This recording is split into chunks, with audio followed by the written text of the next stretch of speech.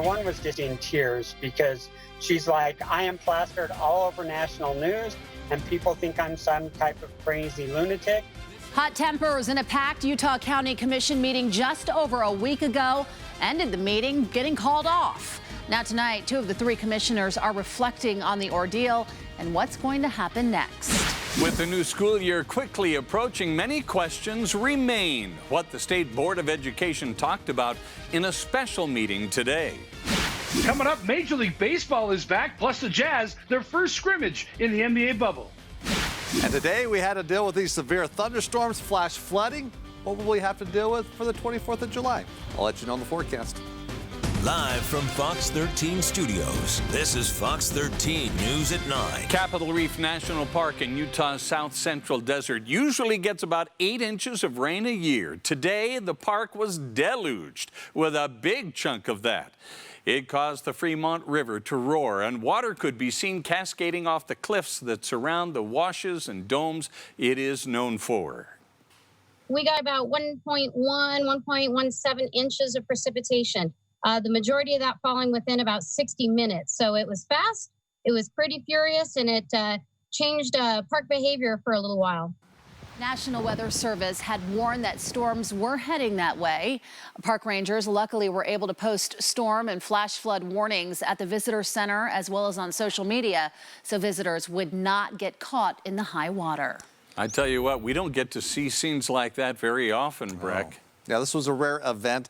And throughout the afternoon, across most of southern Utah, we were contending with these thunderstorms, producing heavy rains. Yeah, getting an inch of rain over a 10 to 15-minute window, especially like in Capitol Reef with those slot canyons, boy, it can quickly accumulate. And we were holding on to warnings and flash flooding for about a 2 to 3 hour window.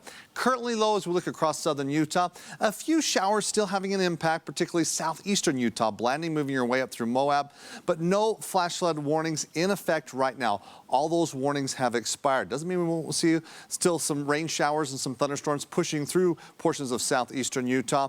And across northern Utah, things fairly quiet, except we are looking at this line of thunderstorms that have been making their way through Tooele County, pushing up through Box Elder County as well, producing gusty winds. As we fly a little bit closer, we're still finding some rain showers having an impact as you move north Ogden, and then tracking as we look over the next half hour or so up through Harrisville. As we look off towards just north of Great Salt Lake, we've got a band of showers that will push their way up through Tremont and Brigham City as well. So still some moisture in place. Moving into tomorrow, what does that mean as we head into the afternoon for the 24th of July? We'll let you know coming up.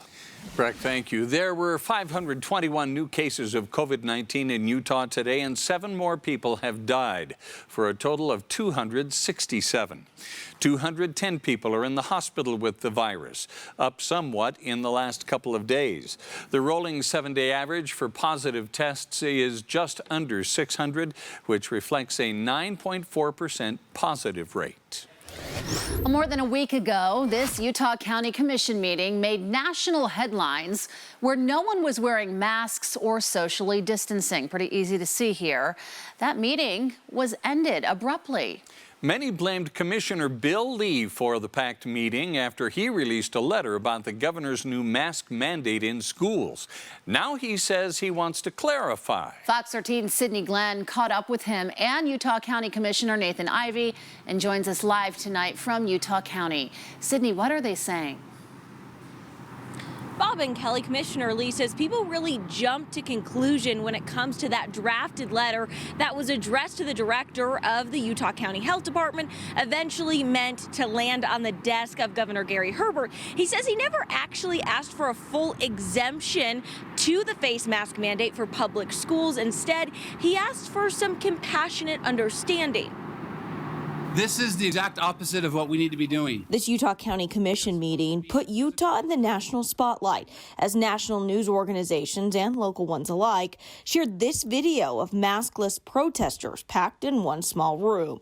County Commissioner Nathan Ivey says this wasn't a good look for Utah County. The one was just in tears because she's like, I am plastered all over national news, and people think I'm some type of crazy lunatic. Before people packed in here, they marched outside as Commissioner Bill Lee spoke to the crowd about masks in schools. This letter was put on the agenda by Commissioner Lee, asking the Utah County Health Department to offer a compassionate exemption from the one-size-fits-all mask mandate. More than a week later, Commissioner Lee says he wants to set the record straight. I have never said that there shouldn't be a full repeal or exemption to it. He cited examples like kids with mental or medical issues, and then called out Commissioners Tanner Ainge and Ivey, questioning if they ever even read the letter, which states the letter is not requesting a full exemption. Again, it was just a letter. It's not changing law. It was an ask for consideration. It's always good to clarify or to backpedal when you get something wrong. Commissioner Ivey says he most certainly read that letter, but he was caught off guard and didn't even know about the letter until his email inbox started filling up. It's hard to be informed when somebody your colleague doesn't reach out to you about something that they know is going to be a hot button topic. Despite what some may think, Commissioner Lee says he isn't against masks, but wishes there was a way to have made that meeting continue and a safe way to avoid the drama and still have a conversation. Is it appropriate to mask? Probably so. Probably so in the sense that masks are used as a tool. It is not everything. Originally, we were told that that meeting would be postponed. Today, Commissioners Ivey and Lee told me that will not be the case. They did try to set up a town hall style meeting to discuss this, but they were unable to get people, leaders in the community who could actually make some decisions to decide to be included in that. Commissioner Lee also tells me that while they will not put this on the agenda again, he does plan to make sure that this letter is put on record during next week's meeting. Live in Utah County, Sydney Glenn, Fox 13 News, Utah. Thanks, Sydney. The State Board of Education held a special meeting today to talk about COVID-19 safety measures ahead of the new school year. One board member brought up some concerns about what these plans are looking like so far. Fox 13's Lauren Steinbrecher joins us now from Salt Lake City with more. Lauren. Yeah, Bob and Kelly. So what the board was talking about was they were making sure that they had language in their rules that says that school districts need to submit to them a plan of assurances of what their steps are going to take when they reopen. And it was during that discussion that board member brought up those concerns. As many Utah schools reopen, at least part way this fall, one State Board of Education member says she's hearing teachers don't feel safe with the proposed plans. These plans do not meet any of the CDC recommendations. They are putting our teachers at terrible risk. The board met virtually for hours Thursday, in part to go over language mandating that school districts fill out and submit to them a school reopening requirements plan. Board member Janet Cannon says she agrees with teachers that these plans aren't safe. Teachers are telling me they are writing their wills because they are so fearful of going back and being attacked by this virus. Nearly 100 people backed up those concerns, rallying at the state capitol Thursday morning with the Safe Utah Schools group. We want to be in school, but we want to be in school safely. I think that's 100% of the teachers, and we just don't feel like we're safe yet, and that's what we're hoping will change. Teacher Wendy Moss says they have questions. How will schools maintain safe social distancing? What about ventilation? And what happens when a teacher gets sick and has to quarantine at home? I love my job and I love my students, and I don't want them to get COVID in my classroom. They're describing to me, what do I tell my students in my classroom when one of their classmates dies or when their teacher dies? People are very frightened. The rest of the education board explained ultimately these reopening plans are up to each school district board. They're just here to make sure districts have these plans in the first place. So really, we're just assuring that they have done their work at the local level. The board did approve that language to their rules that basically just says that the districts have to submit some sort of plan. They also made changes to the attendance rule that gives a little bit more flexibility to districts during COVID-19. Live in Salt Lake City, Lauren Steinbrecher, Fox 13 News, Utah. Thank you, Lauren. Also today, the State Board of Education approved the reopening of Utah's schools for the deaf and blind. The plan includes daily screenings for students and staff, including a checklist and temperature checks. The school will maintain social distancing with low student-teacher ratios, small class sizes, and allowing some staff to work from home. While face coverings are required when social distancing isn't possible, the board says students and staff with sensory disabilities won't have to wear them. Fox 13 News is dedicating to make sure students and faculty alike can feel secure in going back to school next month. That's why we're starting the Safely Back to School initiative to get you and your family prepared.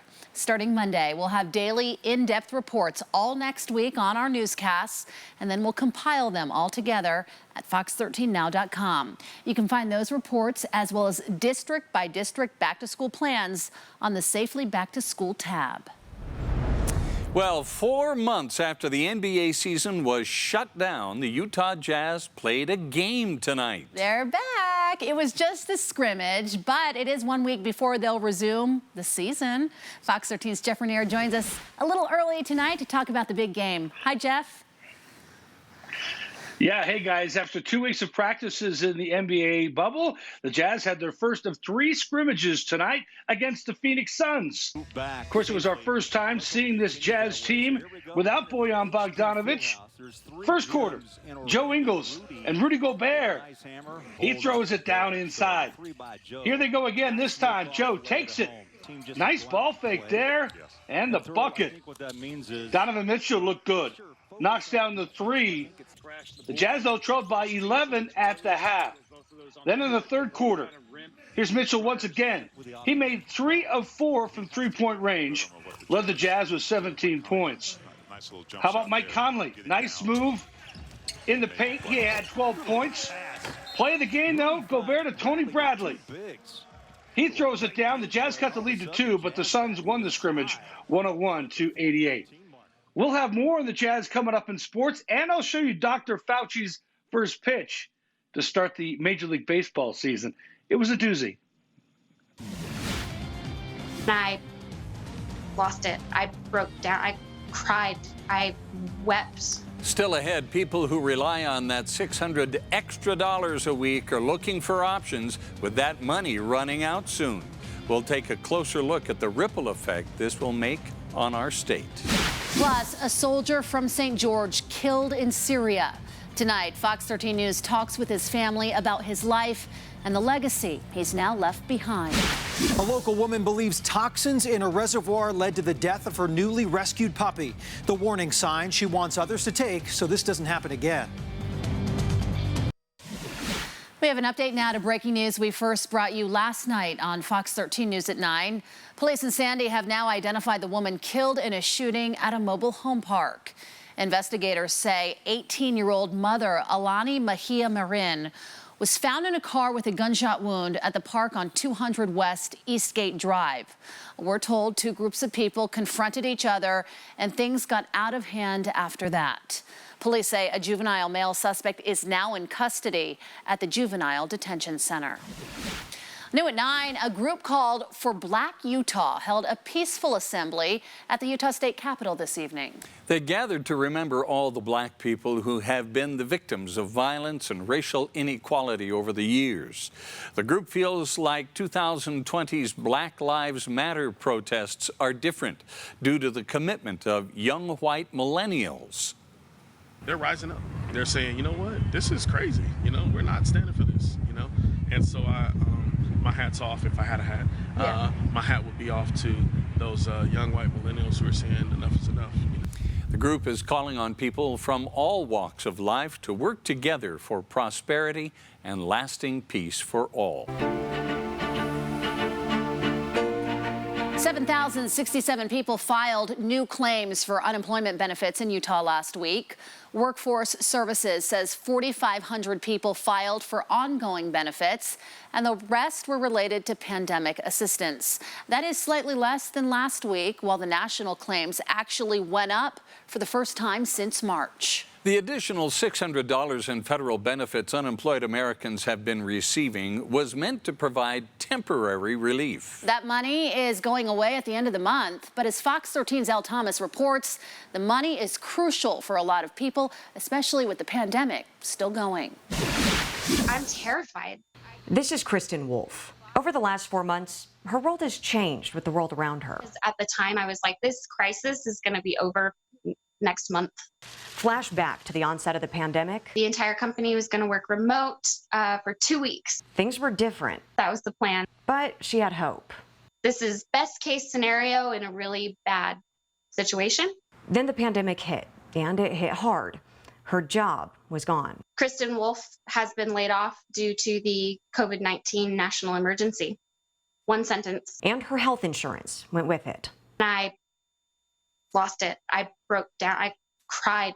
I wept. You can't tell by looking at her, but Kristen is disabled. Just going out into the sun without protection can cause my immune system to attack my kidneys. She has lupus, an autoimmune disease that she is constantly at war with. Knowing that I encounter people every single day that just don't take this pandemic seriously, that's a huge risk. This disease is what Kristen's extended unemployment money has gone towards. I can't just say, oh, I'll wait till I have coverage. I spent close to $1,600 out of pocket in May. Now with a looming benefit deadline, she can't find work in her field, and finding work anywhere else isn't an option.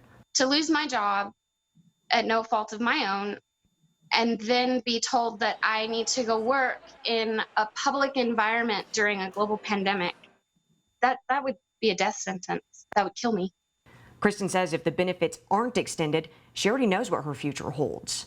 I will move back home in with my parents in Georgia. Uprooting her entire life to literally stay alive. I can't be that productive member of society if I get sick and I die. Leaders in Washington are debating whether or not to extend that extra $600 per week. But Kristen says high-risk people like her really can't afford to wait for answers. In Salt Lake City, Elle Thomas, Fox 13 News, Utah. Fox 13 is helping you and your family rebound from the pandemic. If you go to fox13now.com and click on the Rebound Utah tab, you'll find tips, resources, job search information, and much more. Tomorrow is Pioneer Day, and Utah law enforcement are already out in force trying to make sure everyone has a safe holiday. Starting today through the holiday weekend, troopers, officers, and deputies throughout the state will be working 250 extra DUI enforcement shifts. Utah Highway Patrol reminds everyone, if you do plan on drinking tomorrow, please plan on a safe and sober ride home. While the pandemic and fire dangers are limiting the Pioneer Day celebration options, there are still plenty of events going on around the state. There are several fireworks shows planned throughout northern and southern Utah on the 24th of July, which is, of course, tomorrow. Most of the fireworks shows start at about 10 p.m. and some of the events in Heber and Mapleton are part of larger events. The list on the screen there is just some of what's going on this weekend. We have a complete list at fox13now.com. And hopefully, Breck, the rain will have stopped and the fireworks shows tomorrow night will not be, put out by Mother Nature? Well, I think for most of it, that is not a concern, but there are some spots that we need to talk about that potentially could once again look at some afternoon thunderstorms that could linger on into the evening. Today, though, statewide, we dealt with the rain, the thunderstorms, not hitting everyone. But of course, last night we warned you with the flash flood potential there fairly high across southern Utah. Getting the results here today, both as we look in southwestern, southeastern Utah. As we show you some of the rain amounts over the past 24 hours. Over an inch of rain fell at Capitol Reef. Again, this was mid-afternoon, falling in a short period of time. Zion National Park getting about a half of an inch, which was also in a short window, overwhelming the drainage flow as we had flash flood warnings in effect for those regions. Panguitch coming up with about a third of an inch. Roosevelt in that same range.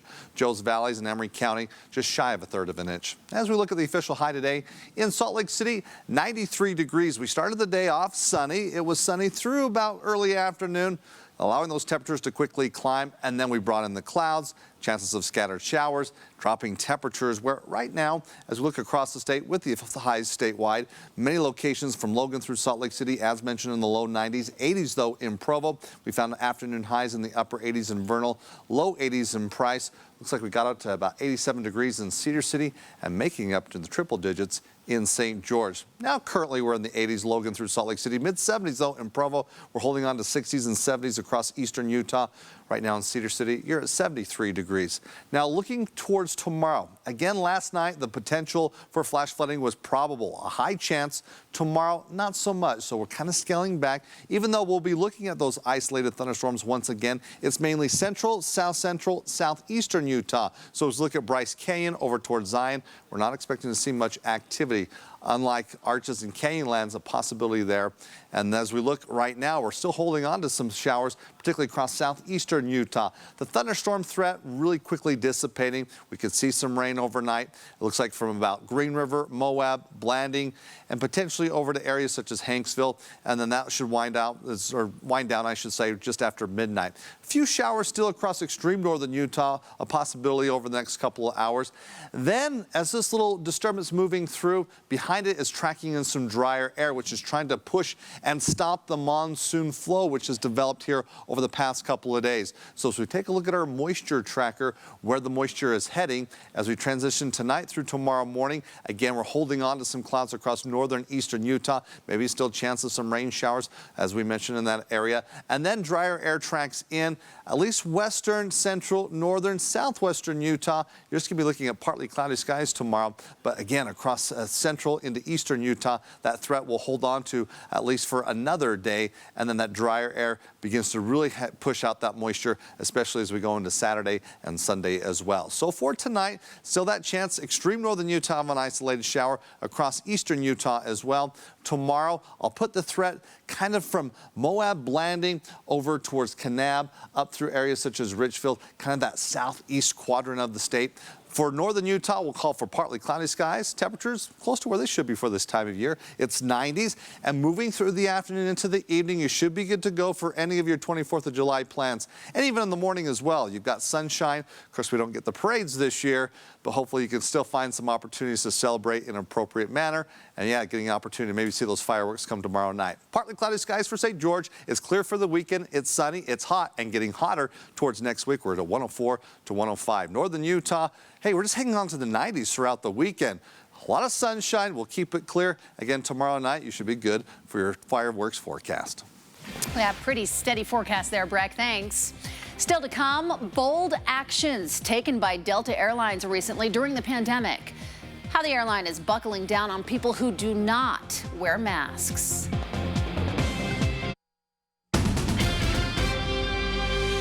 President Trump is canceling part of the Republican National Convention. He says all Republican convention activities in Jacksonville, Florida are now called off because of the pandemic. He says it is not the right time to have a big convention like the one in Cleveland back in 2016. I care deeply about the people of Florida and everywhere else, frankly, in this country and even in the world, who would be coming into the state, and I don't want to do anything to upset it. Jacksonville's sheriff recently said there aren't enough deputies, time, or money to keep everyone safe at the convention. GOP events in Charlotte, North Carolina will go forward, where they'll formally nominate President Trump for re-election. Listen to this. Delta Airlines is now cracking down on people who do not wear masks. Our content partners at the Salt Lake Tribune are reporting Delta's CEO told employees the airline has already permanently banned 120 passengers from future travel with the airline for refusing to wear masks on board. Delta provides about 70% of the departures from Salt Lake City International Airport.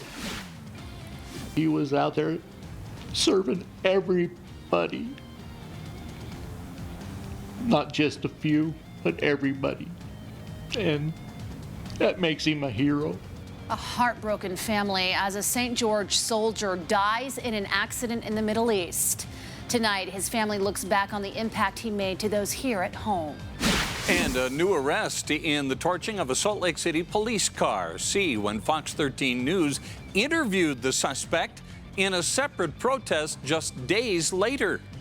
Coming up in sports, we have highlights from home and the Jazz for their first scrimmage in the NBA bubble. I'll have the highlights. Live from Fox 13 Studios, this is Fox 13 News at 9. Today, we learned of a tragedy in the Middle East and its impacts in Utah. U.S. Army Sergeant Brian Cooper Mount of St. George was killed in a rollover accident in Syria. The paratrooper was just 25 years old. Fox 13's Aaron Cox spoke with his family about what happened.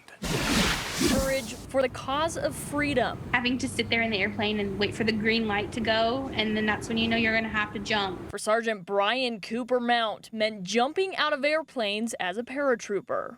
What he was a part of was not just something small and silly, that it was a tremendous act of courage. The 25-year-old had served in Iraq in 2017 and was deployed to Syria in June. A little over a month later, Cooper's wife, Michelle, learned his vehicle had rolled over. Cooper died from his injuries. Anything from seeing him on my wedding day to him like singing to me in the car. And I would pick him up from work and he would always just say, you know, there she is. There's my little lady. He was just so loving. He would do anything for me. He took such good care of me. Someone who loved to serve. Cooper's parents say he was friends with everyone. While he was in Syria, befriended a handicapped individual and asked us to send stuff from Utah. Patriotic stuff. This boy loved America. The package will arrive in Syria after Cooper's body has been sent home. That makes me happy that he'll still get those things. A reminder of love for the cause of freedom. He was out there serving everybody. Not just a few, but everybody. And that makes him a hero. The cause of Mount's accident is still under investigation. His family says they are hoping to have Mount's body back on U.S. soil by Monday. In Salt Lake County, Aaron Cox, Fox 13 News, Utah. On Twitter today, Utah Senator Mitt Romney said deeply saddened by the loss of U.S. Army Sergeant Brian Mount serving in Syria. Ann and I send our prayers to his wife, family, and loved ones. Governor Herbert said Sergeant Brian Mount was a true example of willing service to our nation. Today, we join all Utahns in honoring his sacrifice and grieving with his family. Our hearts are with his family, friends, and loved ones at this very difficult time. They will long be in our prayers. The family of Giovanni Mercado filed suit today against Ogden City along with its police force. Ogden police shot and killed Mercado August 16th of last year. He had been reported for having a knife and threatening some people at a party. Mercado still had the knife, but attorney Robert Sykes says he was not threatening the 4 officers who were on the other side of a chain link fence. The officers opened fire. There was no warning like stop or I'll shoot, anything like that, and they just opened fire. 4 officers. We think there were probably 50 bullets discharged. Sykes claims the officers had ample opportunity to use non-lethal weapons. He also claims Mercado's Second Amendment rights were violated because he was within his rights to have a knife on his own property. The Utah County Attorney's Office has ruled an officer-involved shooting in Orem earlier this year was justified.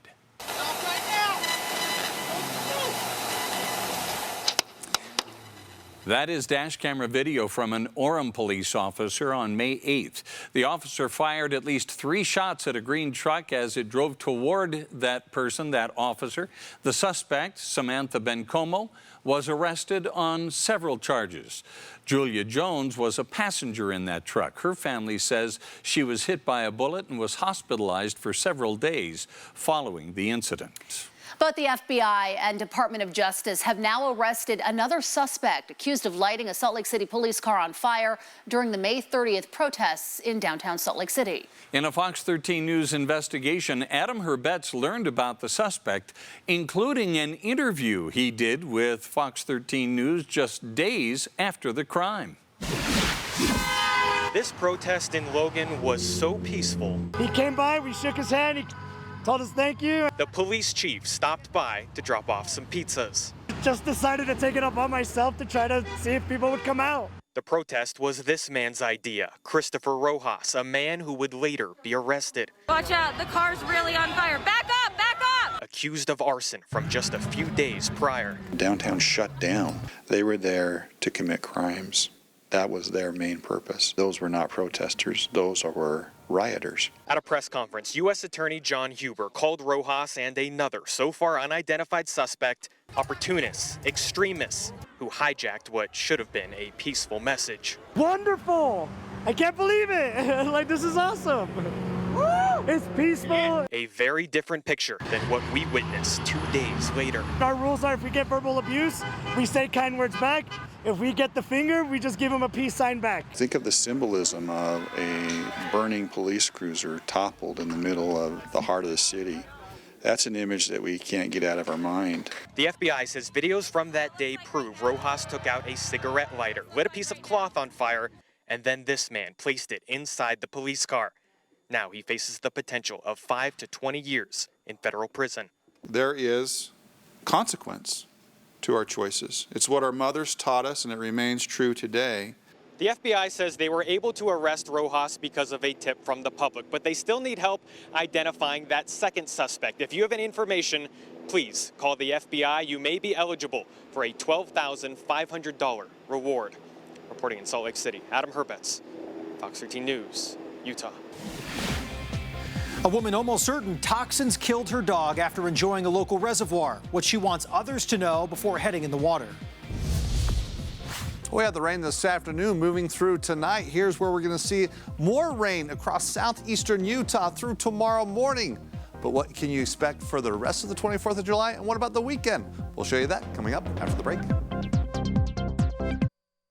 This is Fox 13 News. Earlier this month, testing revealed high levels of toxins in an algal bloom at Zion National Park, resulting in the death of a dog. And Bob, now we've learned about another dog's death, possibly linked to toxic water at a northern Utah reservoir. Fox 13's Brian Schnee spoke with the dog's owner and the Department of Environmental Quality. DEQ confirming the report of a dog who had died after being in the Manaway Reservoir earlier this month. The dog's owner telling me just because there isn't an alert put out regarding the status of the water, don't necessarily take that as a green light. She was just a lot of fun. She was just getting to enjoy the water, and she was perfect. This is Daisy, a newly rescued lab mix in the water at Manaway Reservoir. In years past, we would take our dogs to the lake, and then when the warning was put out, we just wouldn't go until it was clear again. When Kelly was out of town, she left Daisy with a family member who says she became sick, vomiting. So they took her to an emergency vet who diagnosed and treated severe dehydration, then went back home. She was hardly breathing. They turned right around and she basically died in the car. Daisy died on July 12th. She was in the water on the 1st. Kelly says her diagnostic test on Daisy's body suggested 3 causes of death. 1, a non-native mushroom. 2, xylitol from sugar-free gum. And 3, blue-green algae. We go to the reservoir a lot, and my heart just sunk. While awaiting further test results, Kelly is almost certain her healthy, roughly 5-month-old dog died from toxins in the water. We've sent those samples to the EPA lab, and we don't have specific samples on what the conditions of the water are at Manaway. Amid a scaled-back algal bloom monitoring program due to a lack of funding, the Department of Environmental Quality is awaiting their test results. The size of the lake and the conditions that are around the lake, there's some nutrient-rich waters there that when that harmful algal bloom gets a toehold in there, it can really, under the right conditions, the right heat and the right sunlight, those harmful algal blooms can grow overtake that lake. Kelly has noticed the signs in the past, warning people of the potential for algal blooms in the reservoir. While she's still not 100% certain this is what killed her dog, she wants others to be careful and be aware. If you love your dogs as much as we do, just be careful. Read those signs. Pay attention to them. Don't think that just because the water looks clear that it's safe. DEQ recommends you visit the Harmful Algal Bloom website, which shows the bodies of water in the state where there are active advisories. We have a link on our website, fox13now.com. Brian Schnee, Fox 13 News, Utah. Still ahead, people in Kaysville are getting pulled over by police, but not for doing anything wrong. We'll explain what officers are up to. Coming up in sports, Tony Finau is back in a good spot after the start of the PGA Tour event. And the NBA is back kind of for the Utah Jazz, at least with the scrimmage. The highlights are on the way. Live from Fox 13 Studios, this is Fox 13 News at 9. Kaysville police are stopping law-abiding citizens all over the city. It's part of their Cash for Kaysville program. The police department got $10,000 as part of the CARES Act, and they're handing it out in $10 coupons to people obeying the law. So if you're riding your bike with a helmet or wearing your seatbelt in the car, you just may get some money. We're trying to use this program as a way to bridge the gap between the community and Kaysville Police and Kaysville Fire, as well as help the businesses that are suffering during this hard time with COVID right now. Now, the $10 coupons can be used at businesses in town, which then turn them into the police department, which gives them real money. The program runs through October. Good program there. With the start of the school year just around the corner now, many after-school programs are finding ways to continue staying socially distanced. One program called Learning Through Robotics is having children build robots at home. Learning Through Robotics is a program designed to help young students excel in STEM fields like math and science, but with the world's current condition right now, they have decided to focus on teaching online through computers. This is definitely going to be an ongoing thing, and remarkably, the students are enjoying it. I thought they've had enough online, and why do they need another class online? But it's not.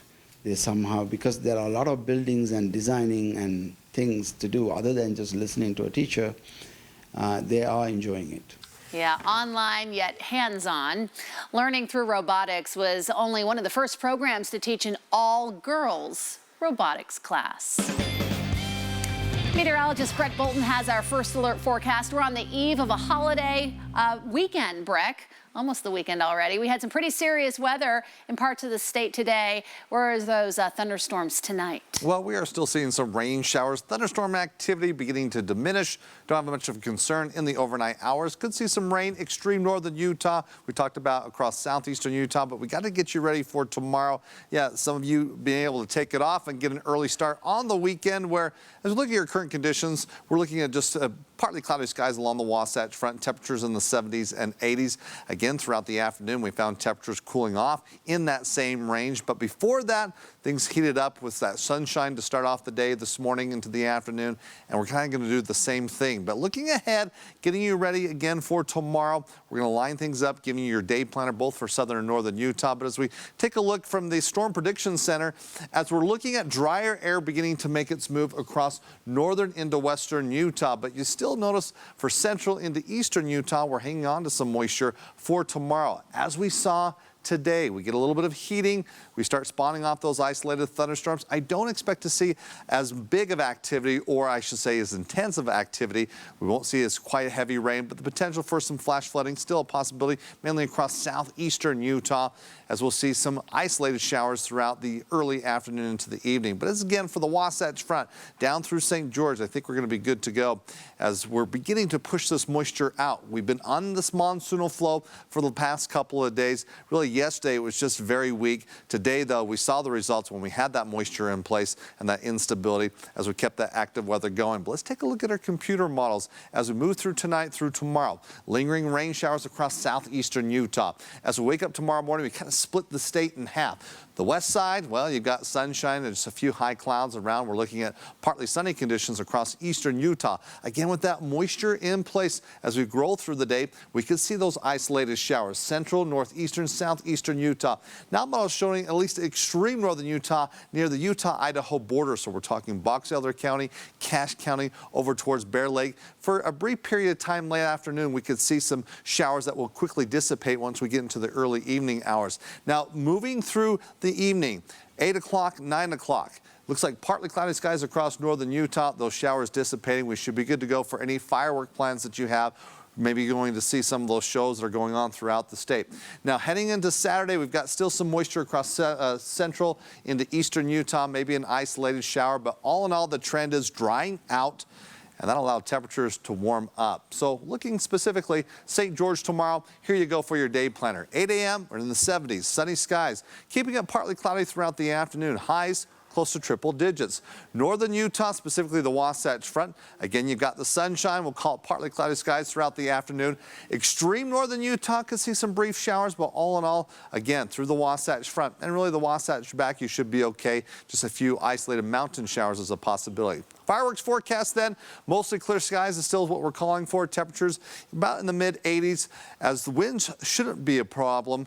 And heading into the evening, again, plans that you have across the Wasatch Front, you're okay and good to go. Now, for tomorrow's highs, very similar to today, we're in the 90s. Looks like 70s and 80s over towards eastern Utah, upper 80s in Kanab. How about mid 80s in Cedar City? St. George, once again, 98, then triple digits through the weekend. We're pushing away the monsoon moisture, and that'll keep us clear and dry for the next several days. Similar situation across northern Utah.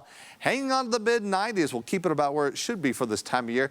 We avoid the triple digits, but we don't see any chances of rain here for the next several days.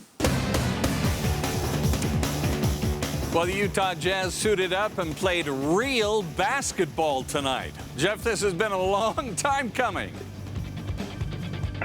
It really has. 4 months since it was all shut down. 1 week before the Jazz resumed the season, they had a scrimmage tonight against the Phoenix Suns. It was our first time seeing how the Jazz play without Bojan Bogdanovic. First quarter, Joe Ingles to Rudy Gobert for the throwdown. Here they go again. This time Joe takes it in. Nice fake and the bucket. Donovan Mitchell looked good. Knocks down the three. The Jazz will trail by 11 at the half. Then in the third quarter, here's Mitchell again. He made 3 of 4 from three-point range. Led the Jazz with 17 points. Here's Mike Conley. Nice move. Step back and scores. He had 12 points. The play of the game. Gobert to Tony Bradley. He throws it down. Nice play there from the two bigs. The Jazz continued to play well in the third. Jordan Clarkson, 3 of his 14 points. That cut the lead to 2. Jazz reserve Rajon Tucker had a big-time throwdown in the fourth quarter. That was impressive, but the Suns won the scrimmage 101-88. Dr. Anthony Fauci threw out the first pitch to start the Major League Baseball season just a bit outside. The New York Yankees take on the defending World Series champions, the Washington Nationals. Giancarlo Stanton with the first home run of the season. The Yankees won it 4-1 in 6 innings after a rain delay. Tony Finau jumped out to the early lead last week on the PGA Tour, only to fall short on the weekend. Well, he's back at it at the 3M Open in Minnesota this week. Great shot here led to a birdie. The Salt Lake City native shot a first-round 65. He's tied for second place, 1 shot off the lead at 6 under par. Okay, now it's time for you to be in the spotlight. Here's another round of highlights from home. We have 2 videos from Lisa Funk. First, Isaac on the bike. Then it's Amelia with some great tumbling on the mat. This is Ryan at the airport trail on his bike. A year ago, he couldn't walk up the stairs. Now his family can't keep up with him. Big thanks to Primary Children's Hospital and donor families everywhere. This is 2-year-old Briar. Her dad, Todd, had a 3-step quarantine job. Build a mini skate ramp in their backyard, teach toddlers how to skateboard, and they must throw the hang loose sign. Oh! Nice. Hey, if you want to be on Highlights from Home, send us your videos at sports@fox13now.com. We'll be right back. A world of many colors here. Check it out. Oh, my. Yes, a woman in Moline, Illinois has painted her house with almost every color of the rainbow. Look at how it stands out. People say it's become a source of happiness in the area, but the city wasn't necessarily happy with it. The owner got a notice to repaint it or she'd get a fine. The city, though, has since reversed their decision. Yes, looks like a Lego house. Thanks for being part of Fox 13 News at 9.